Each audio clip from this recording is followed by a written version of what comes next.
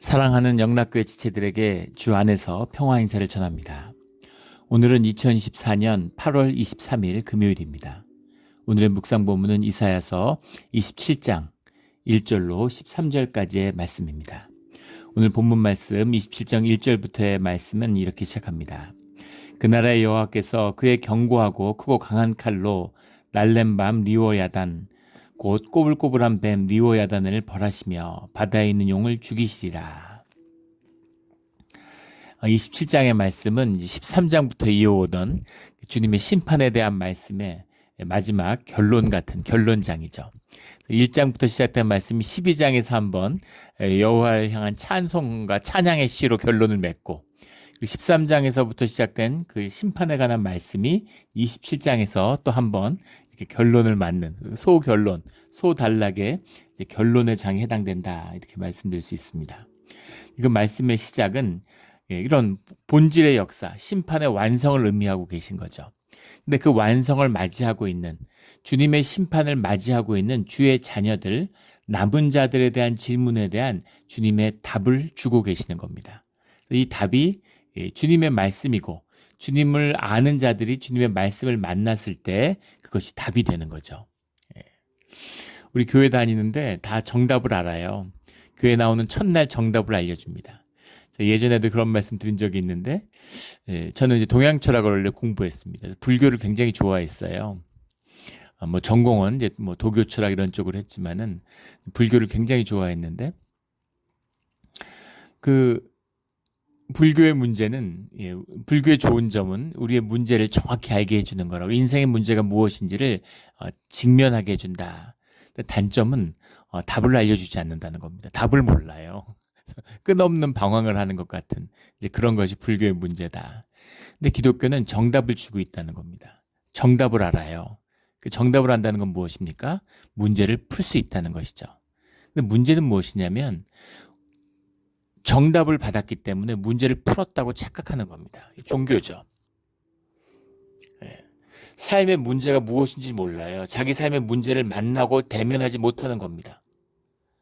근데 정답을 주었기 때문에 문제를 풀었고 문제가 없는 것처럼 얘기하는 거죠.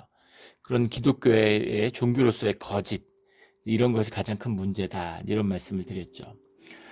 그런 것처럼 우리 예전에 우리 수학 능력 시험 요즘에 뭐 그런 거 보는 것처럼 예전에 우리 학력고사 이런 거 보면 주관식의 답은 0, 1, 마이너스 1 셋 중에 하나입니다.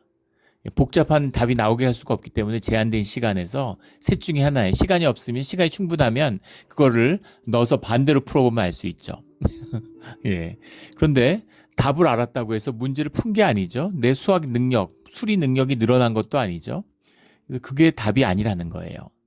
내가 열심히 문제를 풀고 문제를 풀려고 하는 그 문제에 직면하려고 할 때 그 정답을 만나면 그런 문제가 풀리는 거죠. 우리의 신앙이 그런 우리의 삶의 모든 문제를 풀고 우리의 심령과 우리의 삶의 능력이 자라나는, 생명이 자라나는 믿음이 되기를 주의 이름으로 축원합니다.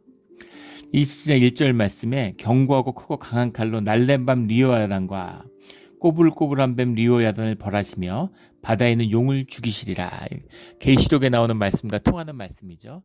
마지막 때의 근원적인 악의 실체를 주님이 벌하신다는 겁니다. 현상의 세계에서는 뭐 이게 악이고 저게 뭐 나쁜 것 같고 뭐 이게 도덕이고 이게 윤리인 것 같지만 현상의 것은 결국 다 썩어지는 것이죠. 다 떠내려 가는 것입니다. 중요한 것은 무엇이냐면 그 모든 현상에 명멸하는 악과 선의 뒤에는 악의 실체가 있다는 거예요. 그것을 주님이 다루시는 날이 온다는 겁니다. 그것을 벌하시는 날, 그 날이 온다는 거죠. 리워야단, 리워야탄이라고 하는 것은 이제 뭐 전설적인 그런 괴물이죠. 그런데 여기 날랜 뱀 리워야단과 꼬불꼬불한 뱀 리워야단, 바다에 있는 용, 이렇게 이제 세 가지를 얘기하고 있어요. 이건 계시록에도 나오는 거죠. 악의 삼위일체. 마귀는 항상 주님을 흉내내죠. 그래서 하나님의 삼위일체를 흉내냅니다. 용과 짐승과 음녀가 나오고 이런 식으로 짝을 이뤄서 나오죠. 그런 것처럼 마치 뭔가 신령한 질서를 세우는 것 같이 영적인 질서를 주님을 흉내내서 세우는 이제 악의 실체죠.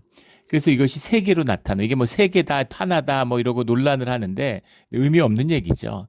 세계이면서 하나인 거죠. 본질적으로 악은 하나지만 또 악에는 여러 가지 이제 그런 게 있는 겁니다. 하이어라키가 있고 이런 악이 있고 저런 악이 있고. 근데 이것은 하나님의 삼일체하고는 다른 것이죠. 흉내내는 것이지. 하나님은 본질적으로 삼위가 하나죠. 근데 마귀는 천사들이 벌받아 쫓겨난 거잖아요. 여러 마귀, 뭐 7만 2천의 천사가 있다 이런 것처럼 쫓겨난 천사들, 타락한 천사들 가운데서도 많은 존재들, 개별자들이 있을 수 있겠죠. 그러니까 이게 뭐 이런 흉내를 내고 저게 저런 흉내를 내고 뭐 그럴 수 있는 겁니다. 그래서 무슨 무당 불러다가 귀신 쫓고 이러는 거 귀신 쫓을 수 있겠죠. 근데 그게 무슨 의미가 있습니까? 똑같은 놈들인데 같은 족속인데 그래서 아무 의미가 없는 거죠. 예전에 한번 나눈 적이 있는데 뭐 좋은 비유인지 모르겠지만 대학 때 선배가 있었는데 고등학교 때 이제 방황을 했다는 거예요.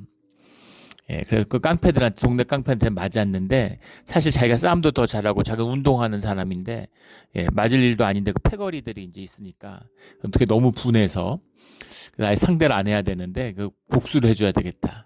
자기도 패거리가 있어야 되겠다. 그래서 다른 이런 깡패 집단에 들어간 거죠. 더 큰 깡패 집단에. 오직 복수를 관한 일념으로. 그런데 거기에 들어갔더니만 어느 날 그 이제 깡패 그 두목이 다 모이라고 동네 깡패들 모이라고. 근데 그 자기 때린 걔네들도 온 거죠. 그러니까 너희들 이제 같은 이제 식구니까 친하게 지내라 이렇게 얘기를 하더라는 거예요. 그래서 깊이 실망하고 이제 거기를 벗어나게 된 뭐 그런 이야기를 하더라고요. 그래서 실체적으로는 다 똑같은 놈들인 거죠. 근데 뭐 날렘뱀이라는 거는 이제 뭐 티그리스 강을 의미하기 때문에 이제 이 메소포타미아 상류에 있는 아수르고 뭐 꼬불꼬불한 강은 유프라테스 강을 말하는 거기 때문에 이제 뭐 바벨론이다. 바다에 있는 용은 뭐 시돈, 두로르, 뭐 페니키아로 상징되는 이제 그런 어떤 뭐 돈의 관세다 뭐 이런 식으로 해석하기도 하고 뭐 애굽이다 뭐 시리아다 뭐 바벨론이다 뭐 바사다 뭐 온갖 얘기들을 하는데 이제 그렇게 뭐 현상적으로 뭐 맞힐 수도 있겠지만 그게 별 의미는 없다는 겁니다. 그런 악의 실체 그것을 주님이 처단하는 그런 마지막 심판의 날이 온다라는 말씀인 거죠. 2절에 그날에 너희는 아름다운 포도원을 두고 노래를 부를지어다. 아름다운 포도원. 포도원 지기가 주님이 되셔서 우리에게 주님의 양식을 먹이시는 그런 포도원, 낙원을 말하는 거죠. 3절에 나 여호와는 포도원 지기가 되며 때때로 물을 주며 밤낮으로 간수하여 아무든지 일을 해하지 못하게 하리로다. 우리가 포도 열매인 거죠. 주님이 가꾸시고 주님이 울타리를 두르시고 주님이 물을 주시며 재배하고 양육하시는 거죠. 그래서 우리를 부요하고 풍요롭고 평화롭게 하신다. 이제 그런 고백입니다. 4절에 나는 포도원에 대하여 노함이 없나니 찔레와 가시가 나를 대적하여 싸운다 하자. 내가 그것을 밟고 모아 불사르리라. 포도원에 대하여 노함이 없나니 중요한 주님의 말씀이죠. 노함이 없다는 게 무슨 말씀입니까? 주님이 노하신 거 아니에요?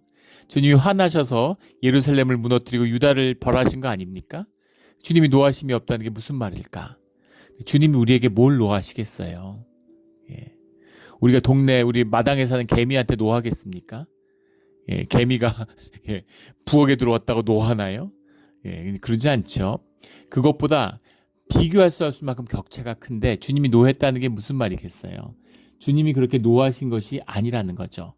인격적으로 우리와 만나주시고 관계한다는 것, 이것의 깊이라는 것은 뭐라고 말할 수 없는 은혜죠. 그런데 인격으로서 주님을 만난다는 것이 주님이 인간적이다라는 뜻은 아니라는 겁니다. 우리가 그것을 오해해요. 2살짜리 아이가 엄마의 젖을 깨무는 거죠. 뭔가 화가 나서. 그럼 엄마가 화가 나나요? 엄마가 노하나요? 이놈의 자식이 가슴을 깨물어? 이렇게 나오나요, 엄마가? 아프겠죠. 하지만 그걸로 노하는 것은 아니라는 겁니다. 근데 엄마가 아이와 함께 교제하죠.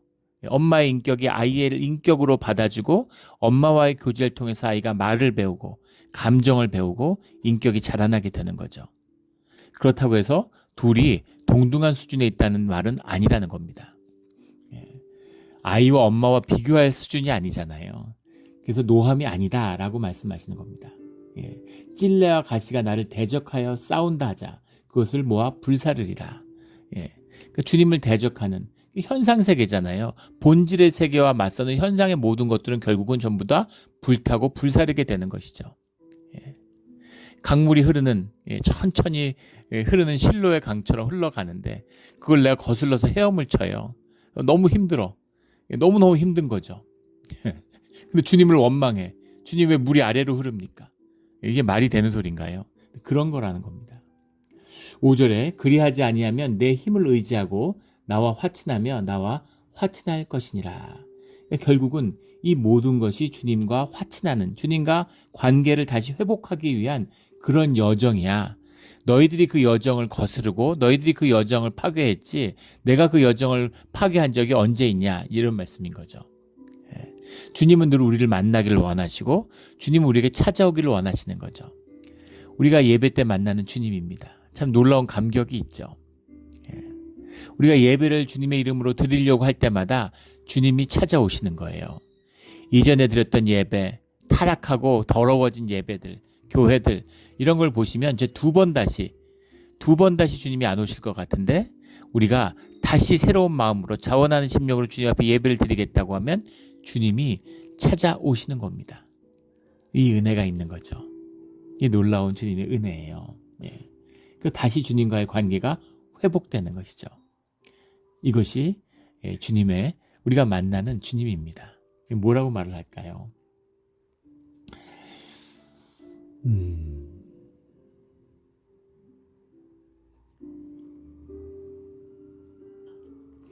주님의 이제 역사가 회복되는 거죠. 6절에 후일에는 야곱의 뿌리가 박히며 이스라엘의 움이 돋고 꽃이 필 것이라. 그들이 그 결실로 지면을 채우리라. 근데 여기서 중요한 이제 그 큰 변화가 있는데 이스라엘의 움이 돋고, 근데 주님이 주의 자녀들을 부를 때 유다라고 부를 때가 있고 이스라엘이라고 부를 때가 있죠. 유다라고 부를 때는 되게 이제 그 현상적인 그 예루살렘을 차지하고 있는 유다 왕국을 부를 때 그때 유다라고 부를 때가 많고, 근데 야곱의 자식들 뭐 이렇게 부르실 때는 언약을 기억하시는 거죠. 근데 이스라엘이라고 부를 때는 이스라엘이라는 건 뭐예요? 주님의 것이죠. 주님을 이긴 자라고 하는 주님과의 관계를 이룬 자, 하나 된 자를 말하는 겁니다. 이스라엘이라고 부를 때는 주님의 구원의 성취가 들어있는 거죠. 근데 그 이스라엘, 유다는 어떻게 생각하냐면 우리를 회복시켜 주시면 우리도 제국될 수 있어. 우리도 왕국을 이뤄서 제국될 수 있고 우리도 세계를 정복할 수 있고 우리가 당한 거 갚아줄 수 있어. 그렇게 생각을 하는 겁니다. 그게 주님의 은혜라고 생각하는 거예요. 근데 주님은 그런 은혜를 베푸실 생각이 없는 것이죠. 제국 만들려고 유다를 부른 게 아니라 이스라엘을 이루기 위한 것이다. 이방 사람도 그 누구도 주님의 이름으로 주님과 하나가 되면 이스라엘이라는 거죠. 그래서 오늘날 이스라엘은 이스라엘이 아닌 겁니다. 이스라엘과 하는 정말 일도 상관이 없는 그런 이스라엘인 거죠. 주님이 이스라엘을 회복시키시겠다. 이방을 열방을 멸망시켜서 이스라엘을 회복시켜 주신다는 게 유다를 회복시켜 주는 건 그게 아니라 주님의 심판이 임하면 열방이 이스라엘이 되는 거죠. 주님이 이루시는 구원의 땅 끝까지 복음이 증거되는 주님의 구원의 완성이다라는 뜻이 들어 있는 겁니다. 움이 돋고 꽃이 필 것이라. 그 이제 열매 맺고 꽃이 피는 거죠. 그 결실이 지면을 채우리로다. 주님이 뿌리신 이 구원의 씨앗들이 결실을 맺는 그날이 마지막 때에 이루어진다라는 겁니다. 우리 종교인들의 큰 착각이 있어요. 유대에 대한 끊임없는 질문이죠. 이사야에 흐르는 질문이기도 합니다. 이 질문을 드린다는 게 중요한 건데 그게 뭐냐면 이런 거죠. 오늘날도 마찬가지입니다. 우리가 도대체 잘못한 건 알겠어. 우리가 잘못한 건 알고 우리가 죄가 많고 더러운 건 알겠는데 그런데 아무리 우리가 더러워도 우리가 아무리 죄를 졌어도 바벨론이나 아수르보다 낫지 않습니까? 이렇게 묻는 거죠. 근데 왜 우리가 아수르는 흥왕하는데 왜 우리만 망합니까? 이런 질문이 있는 겁니다. 요즘 버전으로 하면 이런 거죠. 우리가 아무리 부족하고 우리가 아무리 이렇게 거짓말하고 죄를 짓고 거짓으로 살아도 그래도 교회 안 다니는 사람보단 낫잖아요. 교회 우리는 그래도 교인들이잖아요. 우리 예배드리잖아. 우리는 11조 하잖아. 그러니까는 교회 안 다니는 사람보다 낫잖아. 이렇게 생각하는 거죠. 그게 종교의 가장 큰 착각이고 정말 재앙의 재앙이고 저주의 저주입니다.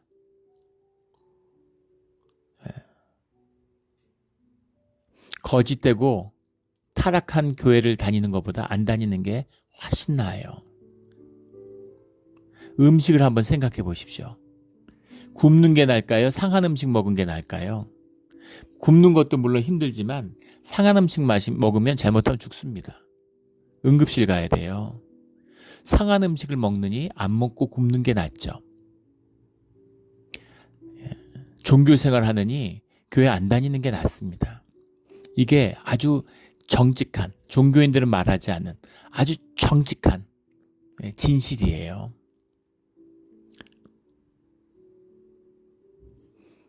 그거죠. 예수님이 마태복음 23장인가요? 그런 말씀을 하시죠. 옛적부터 아벨의 피로부터, 지금 정확한 절순 기억이 안 나는데 23장 18절인가 확인은 못 해봤는데, 아벨의 피로부터 이스라엘의 피까지 너희에게 모두 돌아간다. 땅에 있는 모든 흘린 피가 너희에게 돌아간다. 이런 말씀을 하세요. 언뜻 읽으면 예수님이 사람들 저주하나 이렇게 생각이 들죠. 주님이 말씀하신 것은 무슨 말씀입니까? 너희의 죄가, 우리가 죄를 짓는 순간 세상의 죄와 하나가 되는 것이다. 이게 영적인 실제다, 이런 말인 거죠. 너희가 거짓말을 하면 난 작은 거짓말을 했는데 세상의 거짓과 하나 되는 거예요. 영적으로는. 그 말씀을 하는 겁니다. 회색지대가 없죠. 주님께 속하거나 세상에 속하거나, 세상에 속했다 그러니까 마귀에 속하거나 주님에 속하거나 둘 중에 하나인 겁니다. 그 모든 죄 가운데 너희가 하나 되는 것이야. 그게 너희 죄의 본질이다라는 겁니다. 무슨 작은 죄 짓든 큰 죄 짓든 별 상관이 없어요. 나는 거짓말을 잘 못해가지고 어떤 사람, 생각해 보십시오. 세상에 누가 봐도 사기꾼이야. 그 사람이 더 나쁠까요? 아니면 진짜 착하고 막 깨끗하고 정말 좋은 사람인 줄 알았는데 이 사람이 거짓이 섞여 있어. 거짓말을 해. 누가 더 나쁜 일을 많이 하겠습니까? 누가 더 나쁘겠습니까? 그 비교 자체도 좀 우스꽝스럽지만은 그런 거라는 겁니다. 그래서 중요한, 오늘 20시장이 굉장히 중요한 말씀인데, 주님에 관한 질문. 우린 도대체 왜 망했나요? 그런데 주님이 거기에 대한 답을 주시는 거죠. 주님은 왜 그렇게 화가 나셨습니까? 주님은 나는 화난 적 없는데, 이런 거죠. 주님의 섭리, 주님의 섭리를 해치고 거스르는 그런 것은 징계를 받게 돼 있어. 멸망으로 가게 돼 있어. 이런 말씀이죠. 그것을 있어야, 그런 징계가 있어야, 그래야 이스라엘이 이루어지고 꽃이 피고 결실이 맺어지는 거야. 이런 말씀을 하시는 거죠. 7절에 주께서 그 백성을 치셨던들 그 백성을 친 자들과 치심과 같았겠으며 백성이 죽임을 당하였던들 백성이 죽인 자가 죽임을 당함과 같았겠느냐. 주께서 백성을 적당하게 견책하사 쫓아내실 때 동풍 부는 날에 폭풍으로 그들을 옮기셨느니라가 아니라 옮기셨겠느냐. 앞에 나오는 당함과 같겠느냐에 걸리는 거죠. 옮기셨느니라, 백성들을 견책하는데 그걸 쫓아내는 것이 동풍에 부는 날에 폭풍으로 옮기는 것과 같았겠느냐, 이런 말인 겁니다. 그러니까 자식을 야단치는데 그게 전쟁터에서 원수랑 싸우는 것 같았겠느냐, 이런 얘기인 거죠. 주님이 그렇게 심하게 한 게 아니야. 주님의 그 심판에 비교한다면, 근데 우리가 당한 입장에서 보면 주님 어떻게 이렇게까지 하실 수가 있습니까? 어떻게 이렇게 하십니까? 근데 부모가 자식을, 사랑인데, 사랑이 뭐야? 하나됨인데 네가 아픈 것보다 내가 더 아파. 자식을 견책하는 부모의 마음이죠. 자식보다 부모가 더 아프죠. 다 내가 매를 맞고 내가 뒤집어 쓰고, 자식은 평탄한 길을 가기를 원하는 마음이 부모에게 있잖아요. 그러나 부모가 매를 들어야 될 때가 있는 거죠. 부모가 매를 들어야 될 때가 있어요. 그래야 자녀가 반듯하게 자랍니다. 그런데 그걸 막 죽이라고 두들겨 패겠느냐, 이런 얘기인 거죠. 회초리를 때리는 그 아픔을 너희가 아느냐, 이런 말인 겁니다. 그래서 9절에 야곱의 불의가 속함을 얻으며 그 죄 없임을 받는 결과는 이로 말미암나니, 너희가 도대체 우리가 벌을 받은 게 무슨 의미가 있는 겁니까? 너희가 벌을 받은 의미가 뭔지를 말씀해 주시는 9절 말씀입니다. 그 제단의 모든 돌을 부서진 횃돌 같게 하며 아세라와 태양상에 다시 서지 못하게 함에 있는 것이라.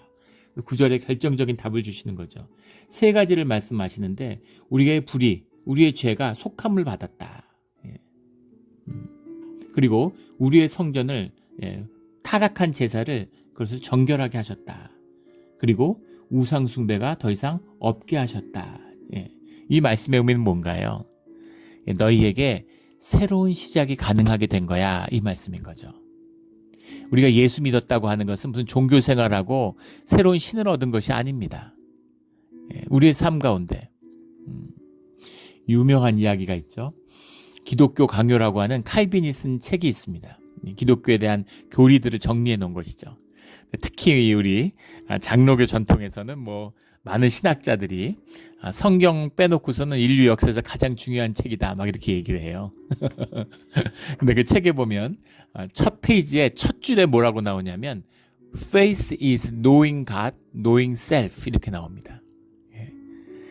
신앙이라는 것은 주님을 아는 것이고 나를 아는 것이다 이런 것이죠. 주님을 만나기 전까지는 나를 몰라요. 내가 누군지 모르는데 내 삶이 어떻게 새로워질 수 있고 내 삶에 무슨 시작이 있을 수 있고 내 삶에 무슨 성취가 있을 수 있겠습니까? 나를 인식한 유일한 게 세상이에요. 세상과 나를 차별하는 거죠. 세상에서 무시당하면 막 열등감 느끼고 세상에서 높여주면 막 우월감 느끼고 남보다 높이려고 남들이 안 높여주면 남을 밟아야죠. 내가 높아져야 되니까. 그러고 사는 겁니다.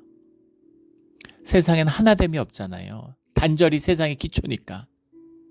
근데 주님을 만나는 순간 모든 거짓이 씻겨나가고 그리고 나를 만나게 되는 거죠. 나를 만나는 그것이 내가 무너지고 내 삶이 무너지고 내 의식이 무너지고 내 삶의 지경이 무너지는 그런 것으로 우리가 경험하게 되기가 쉽죠. 예수 믿었더니 내가 점점 더 막 기쁘고 점점 더 막 뿌듯해지고 점점 더 프라이드가 높아지고 이건 뭔가 점검을 해봐야 돼요. 뭘 만났는지. 주님을 만나는 일은 아프고 십자가의 길입니다. 왜 그럴까요? 에고를 십자가에 못 박아야 되기 때문입니다. 근데 그걸 안 해요. 종교 생활을 합니다. 에고를 버리지 않아요. 그 에고를 주님의 의와 결탁하는 거죠. 이 최악이죠. 그런 자들은 자기가 원하는 욕심을 무제한으로 무지막지하게 하는 겁니다. 사람 죽이고도 눈도 깜짝 안 해요. 남들 짓밟고 다 마귀라 그러고 이슬람 이런 테러 요새 그 이스라엘이 하는 짓을 한번 보십시오. 아이들을 수만 명을 죽여도 눈도 깜짝 안 합니다. 이게 에고가 종교의 의를 만났을 때 벌어지는 일이에요. 주님이 다 용서해도 그런 짓은 용서하지 않습니다. 그런 거죠.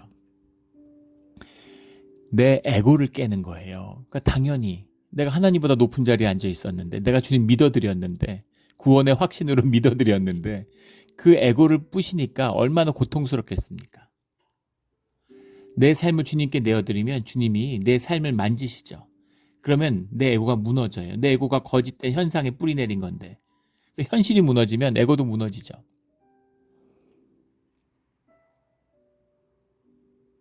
고통스러운 겁니다. 힘들어요.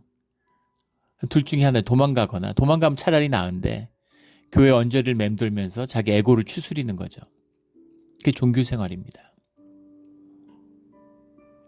그거를 꺾어야 그걸 부셔야 진짜 나를 꽃피울 수 있는 거죠. 진짜 내가 되는 진짜 나로 살아볼 수 있는 겁니다. 이게 진짜예요. 가치와 의미가 있고 주님한테 기억되고 영원한 생명을 누리는 그 복된 시작입니다. 그거를 할 수 있게 새 시작을 하게 됐어 이 얘기죠. 종교를 막 이렇게 현상으로 축복을 받는 것처럼 얘기하죠. 돈 생기고 집 생기고 건강 생기고 이런 것이 복인 것처럼 다 어차피 쓸려가고 썩어지는 건데 물론 중요하지 않다는 게 아닙니다. 주시지 않는다는 게 아니에요. 그러나 그것이 주님의 복의 근원이 아니라는 것이죠. 그거는 그냥 우리가 육신을 입고 세상을 살기 때문에 누리면 되는 거예요. 그냥 누리면 돼요. 그냥 누리면 되는 겁니다. 우리 본질을 살아야 되는 거죠. 새로운 시작, 새로운 출발. 평생 부모 원망하고 나라 원망하고 환경 원망하고 그러고 사는 사람들이 많아요. 많은 게 아니라 대부분이 그렇죠, 사실은. 어떻게 그걸 돌이킬 수가 있을까요? 그 수많은 업에 묶여 있는데 그걸 끊고 새로운 시작을 할 수 있는 것, 이것이 주님의 십자가밖에 없다는 겁니다. 이 말씀을 주시는, 이게 복인 걸 모르는 거죠. 뭐 금괴나 돈 같은 거 줬으면, 뭐 노벨상 같은 거 줬으면 복 받았다고 좋아하겠죠. 그게 아니라 너의 삶의 진실, 너의 삶에서 새로운 시작을 할 수 있는 그 기회를 줬잖아, 이런 말씀인 거예요. 우리 그 기회를 받아서 새로운 삶을 시작하는 우리 모두가 되기를 주의 이름으로 축원합니다. 주님의 축복, 주님이 임하는 그 말씀인 거죠. 12절에 너희 이스라엘 자손들아, 그날에 여호와께 창이라는 하수에서부터 애굽 시내까지 과실을 떠는 것 같이 너희를 하나하나 모으시리라. 주님 안에 하나 되는, 주님과 하나 되는 그날이죠. 그날에 큰 나팔을 불리니, 요벨의 나팔, 큰 뿔량의 나팔이죠. 이 하나님의 오심을 선포하는 그런 나팔이죠. 그 나팔을 불리니 예루살렘 땅에서 멸망하는 자들과 애굽 땅에서 쫓겨난 자들이 돌아와서 예루살렘 성산에서 여호와께 예배하리라. 예배한다는 게 무엇입니까? 주님과 하나가 되리라, 이런 말씀인 거죠. 주님과 하나됨을 이루는, 복의 근원과 하나 됐는데, 복의 근원과 하나 됐는데 무슨 삶에 문제가 있겠습니까? 모든 것이 형통의 길이 열리는 것이죠. 우리 몸에 뭐 이런저런 수백 가지, 수천 가지 아플 이유가 있습니다. 그런데 아프지 않는 이유는 우리 몸의 면역력이 그 모든 걸 해결하기 때문이죠. 그래서 면역력을 높이는 그런 식품들, 기능성 식품들을, 뭐 영양제들 많이 먹잖아요. 면역력이 높으면 어떤 병이 와도 다 낫는 거예요. 근데 면역력이 낮으면, 배가 지나가는데 이 물의 수위가 높으면 밑에 뭐가 있든 아무 상관없습니다. 밑에 무슨 뭐가 있으면 어때요? 물 위로 떠가는데. 물 수위가 낮아지면 뭔가 자갈 같은 데도 뻐그럭뻐그럭 하는 거죠. 삶의 수위가 높아지면 그럼 모두 다 긍휼과 품어야 될 지체들로 보이죠. 삶의 수위가 낮아지면 뭐 온갖 것에 상처받았다 그러고 뭐가 어떻고 뭐 난리죠. 그런 거죠. 하물며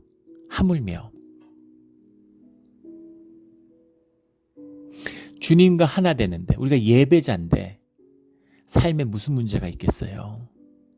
삶에 어려움이 없고 안일한 삶을 산다는 이야기가 아닙니다. 수많은 도전이 있겠죠. 그러나 그 모든 것을 이기는 생명의 능력이 자라나는 것이 현상의 고난의 비밀이라는 거죠. 그걸 이기는 자는 고난으로 피어나는 삶이 되고 자라나는 아름다운 삶이 되는 것이고, 그 삶이 얼마나 아름다운지는 그걸 이겨낸 사람들을 만나면 바로 알죠. 근데 그걸 이기지 못한 자들, 사람이 말씀 위에 떨어져야 되는데 그래도 팔이 부러지고 머리가 깨질 수 있죠. 그래도 말씀 위에 깨진 자들은 일어나는 겁니다. 그리고 아름다운 삶이 피어나기 시작하는 거죠.